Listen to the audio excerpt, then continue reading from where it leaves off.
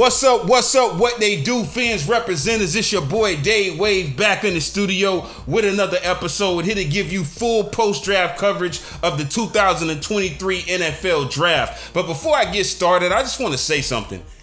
I think owner Stephen Ross and Tom Garfinkel added that track around Hard Rock Stadium, not for the Formula One cars, but for the players. And I wouldn't be surprised if we have like 10 players in the Miami Grand Prix with numbers on their chest ready to go, because this team is fast as fuck. I mean, after free agency and the draft, we might have the fastest overall team in NFL history, bar none. And it's gonna look, we might as well just run arena league plays.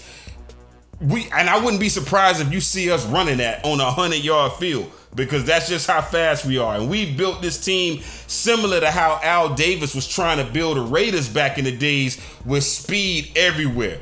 And I know a lot of fans are scratching their heads, but I really do get what we're doing. And I'm not just saying that because I know y'all think I'm a homer, or y'all think I'm just too positive on the team, but I really do understand exactly what we're doing. I see the vision of Mike McDaniel, and I told y'all, I'm going to pat myself on the back, because I told y'all before we added Mike McDaniel that the best offense for us to run for Tua was the West Coast offense, horizontal and vertical.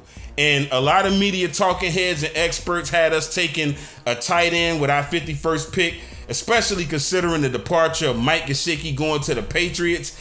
And, you know, from the vibe of Chris Greer and Mike McDaniel openly making it known that we'll be targeting one, I thought we would get one early, but we did select one in the later rounds.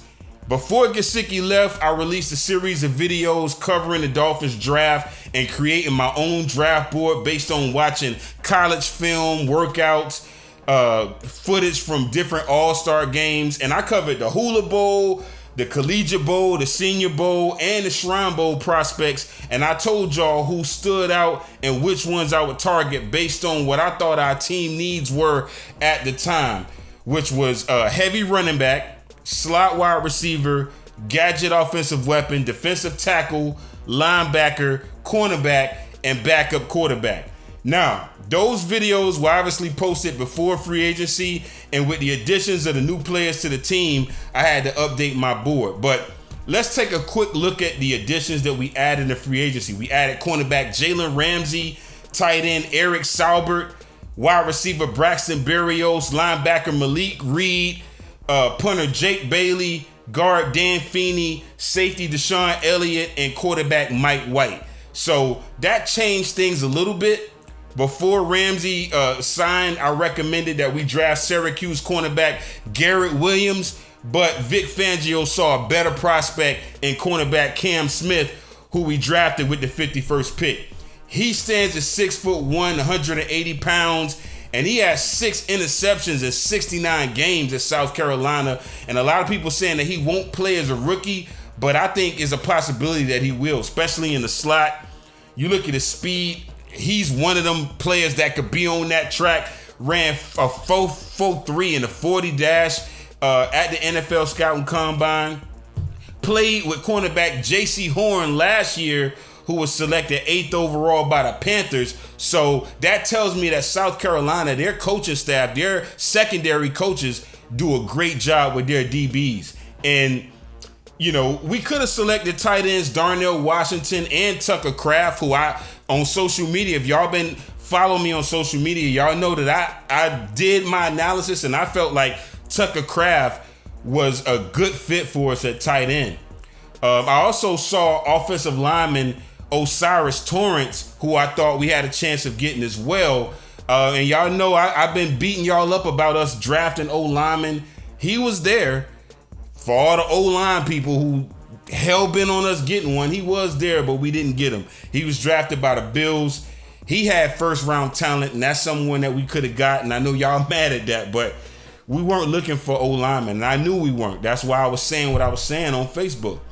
And we could have also took tackle Wanye Morris, center Olu Oluwatimi, who actually fell. I thought he was going to get drafted earlier, but he fell to the later rounds. They were all still on the board, but we didn't select him. Now, why didn't we select him? Because we have 10 offensive linemen on the roster already. We already have left tackle Teron Armstead, who we added last year, left guard Liam Eichenberg, Connor Williams at center, right guard Robert Hunt, right tackle Austin Jackson. Then behind them, we got Robert Jones, Dan Feeney, who we added, Jerron Christian, Kendall Lamb, and Lester Cotton. I think those are good backups. I think that's good enough depth. And we were looking at Fleming from the Broncos, who we might add at right tackle. And then when you look at the draft pick that we added in the 7th round, which I'm going to talk about, who's a tackle, that's enough depth. I mean, come on, guys. Come on, man. Come on. Y'all got to be happy now. I know y'all are not, because we didn't get a elite tackle in the earlier rounds, in the 2nd round or the 3rd round when we could have. But we did get one in the 7th round. And yes, it's a 7th rounder, but I trust Chris Grier when it comes to late round picks and undrafted free agents. Y'all cannot tell me that Chris Grier is not the best in the business when it comes to squeezing the juice and finding them waiver wire picks and them late round draft picks. But Cam Smith, I think, is a good choice. He's going to join Howard, Jalen Ramsey, Nick Needham, Kader Kohu, and Trill Williams in what's arguably our deepest position on the roster. And if Needham makes a full recovery from a torn Achilles, he'll be the front runner to serve as our nickelback. Kohu, I think he's a solid player too. And, you know, we were high on Trill Williams as well before he got hurt in preseason. I think this signing, though, is going to mean that Trill Williams might be out of there. He might be out of there. And we got Noah Igbenogany as well. And y'all got to remember, man, Howard, he's in year 2 of a 5-year, $90 million contract extension.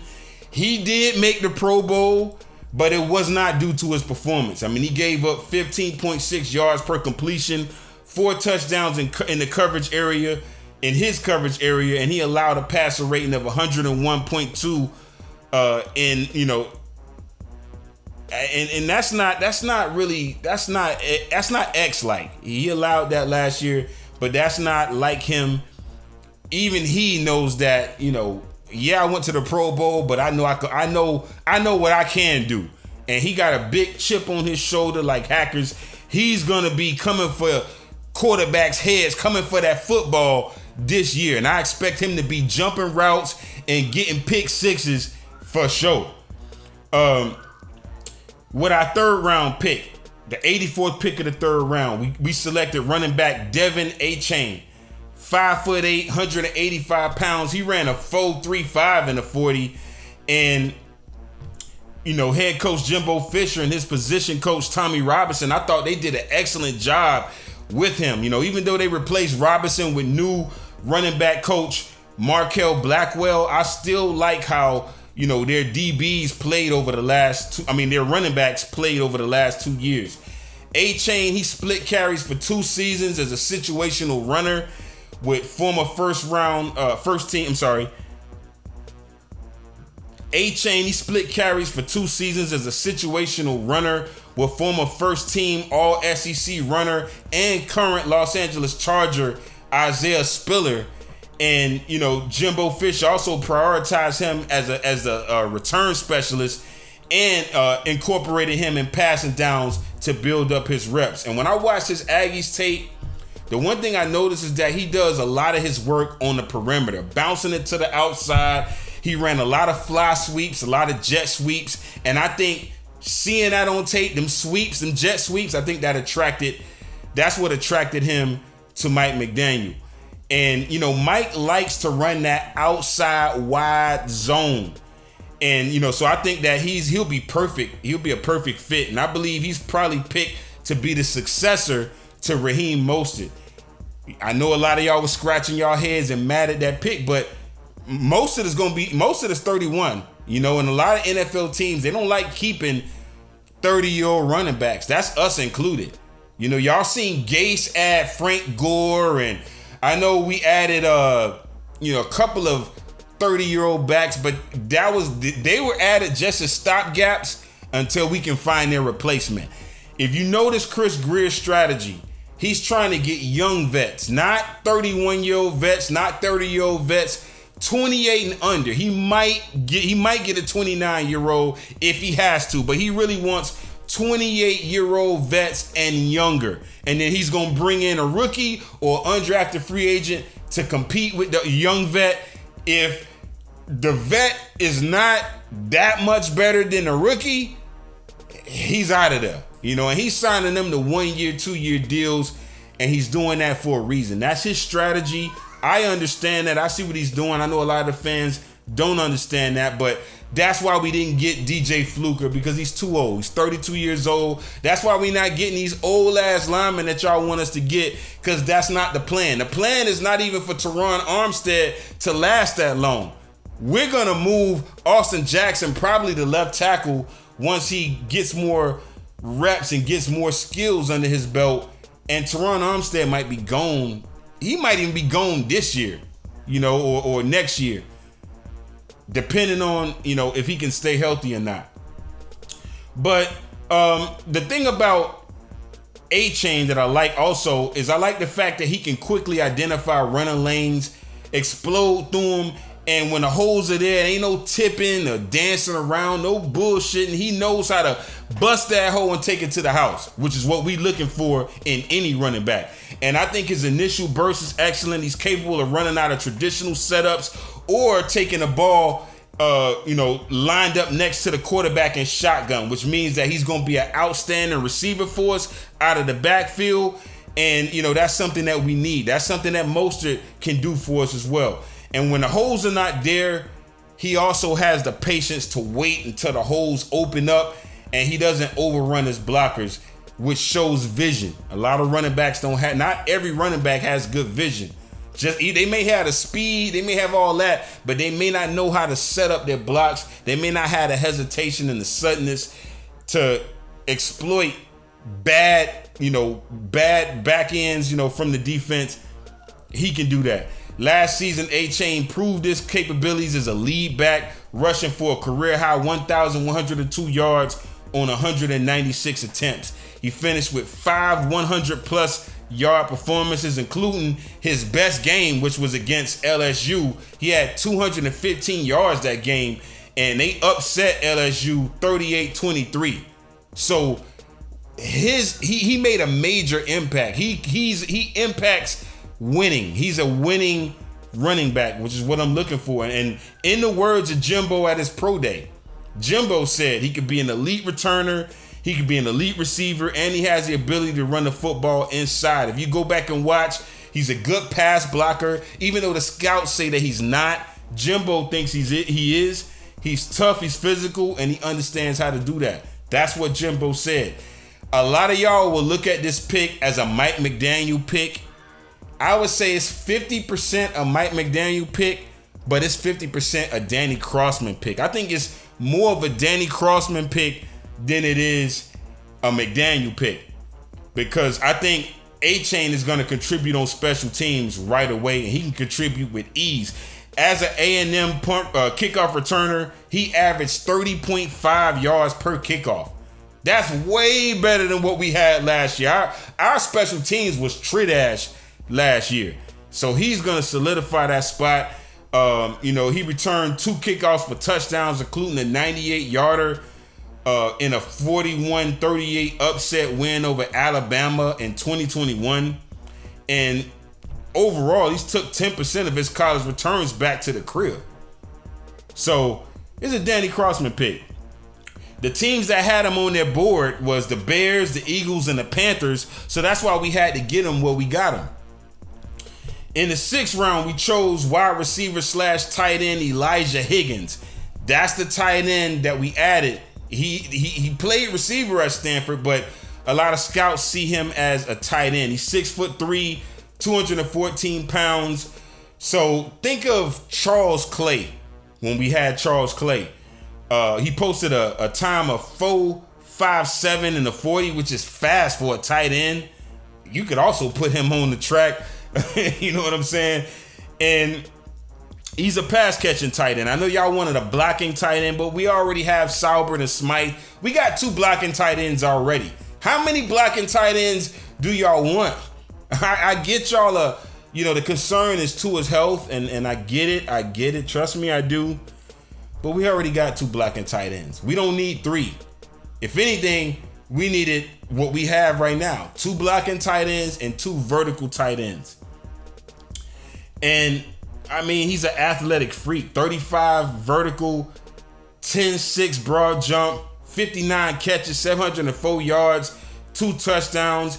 And he actually visited Hard Rock Stadium. He had heavy interest from the 49ers, West Coast team, Vikings, West Coast team, Titans, and he did workouts and had Zoom meetings with almost every NFL team pretty much. But he definitely visited us. And like I said, even though we're going to use him as a tight end, he's light enough. I would say maybe he can bulk up to maybe 220. And if he did, he'd be light enough to be in a slot. He could be a slot receiver and be an F tight end for us with the ability to work on all 3 levels of the field. He has average ball skills, but he could run more robust route trees than most tight ends. And, they say he's an adequate run blocker in space. That's all you need for a receiver. Adequate. And the question is going to be, well, why did we get rid of Mike Gesicki then? And I understand that question, but after the draft and when I really look at it, I think Mike Gesicki just didn't want to block. Not that he couldn't block, he just didn't want to block. And if you look at Mike Gesicki's thought process, why should he want to block when if he's looking at the Patriots, he's looking at Chad O'Shea being there. When we had Chad O'Shea as our OC, he had his best seasons. So he's trying to capitalize on the money side. If he as a vertical threat, if he can get another 700-yard season, another 800-yard season, he's going to be able to cash in. So Belichick's going to find a way to use Mike Gesicki. I bet he be blocking. I bet he be a good blocker with the Patriots. Bet you that. That's what y'all saw with us. He may not have shown that with us, but I bet you he's gonna look legit in the Patriot system. But for Higgins, that's the scouting report on him. Now, we stood pat. And I think we're gonna be good for it. And another reason why I think we didn't get a blocking tight end is because Tanner Conner. Tanner Conner and Higgins are damn near almost the same. I mean, Tanner Conner, he's a track star. He was placed in the top 7 in 3 events in track and field.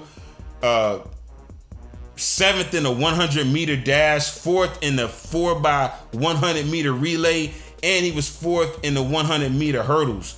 And he completed his football career with a 2nd-team All-Big Sky effort in 2021, topping ISU with 42 recs and 735 yards, 17.5 yards per rec, tying for the team lead with 4 scores and 11 starts. So you got 2 vertical tight ends that you can have in ace formations, and you can match them up with either one of the blocking tight ends in them same ace formations, and you can run all kind of different ace alignments with them. In the 7th round, we finally got the tackle, y'all. We finally got a tackle. Like I said, Ryan Hayes from Michigan, 6'7", 305 pounds. He appeared in 40 games in his career with 29 starting assignments at left tackle. Could he be the successor to Teron Armstead? I don't think so. I think they might have him as a depth player at left tackle, or he might be a right tackle. And like I said, I still believe Austin Jackson is going to be a left tackle. So I believe Hayes will probably be a right. But he comes from an athletic family with strong football ties. 3 4-star recruit. His brother was a 3 4-star recruit at the University of Pittsburgh, and his father played for Central Michigan. His mom was a member of CMU's Hall of Fame for basketball. So he got athletic genes. On tape, when I watched him, I noticed that he does a solid job, not an excellent job, not an elite job, but a solid job as a combo blocker, as a double teams blocker in the run game. And he shows good athleticism with the ability to execute duo and climb sets to pick off second level backers. And he comes off the ball with decent explosiveness and burst. Leg drive is also decent. That's why he fell so low, because it's not elite. Didn't get a ton of reps using deep vertical or diagonal pass sets. And they also say that if attacked from wider angles, he opens his gate, which the gate are your hips. That's what they call the gate. He opens his gate and immediately surrenders inside leverage. What that basically means in layman's terms is when we face them teams that run wide 9 fronts, he might struggle. And they can fake going outside and maybe spin move inside and beat him that way. So he got to work on, being able to counter that. They say he's more of a waist bender than a knee bender. What does that mean? That means that, tackles who are good knee benders, they're better against speed rushers. When you just a waist bender, you can get beat. So, and it's about leverage. That being bendy is about leverage. Being able to, like Robert Quinn, if he was going against Hayes, he'd probably beat him all day long, because of that leverage. And that's something that Hayes struggles with. So he's gonna have to work on being lower in man blocking sequences if he want to get to that next level. But that's all I got for this video. Y'all tell me what y'all think about our draft picks. I understand them, I like them, but y'all tell me what y'all think in the comment section. Next video, I'm gonna cover the undrafted free agents, which we'll be getting started with that probably right now as we speak. And I'm gonna cover that because I know Chris Greer's gonna find some hidden gems. I just know it. But that's up and coming. But that's all I got. Like I said, till next time, signing off.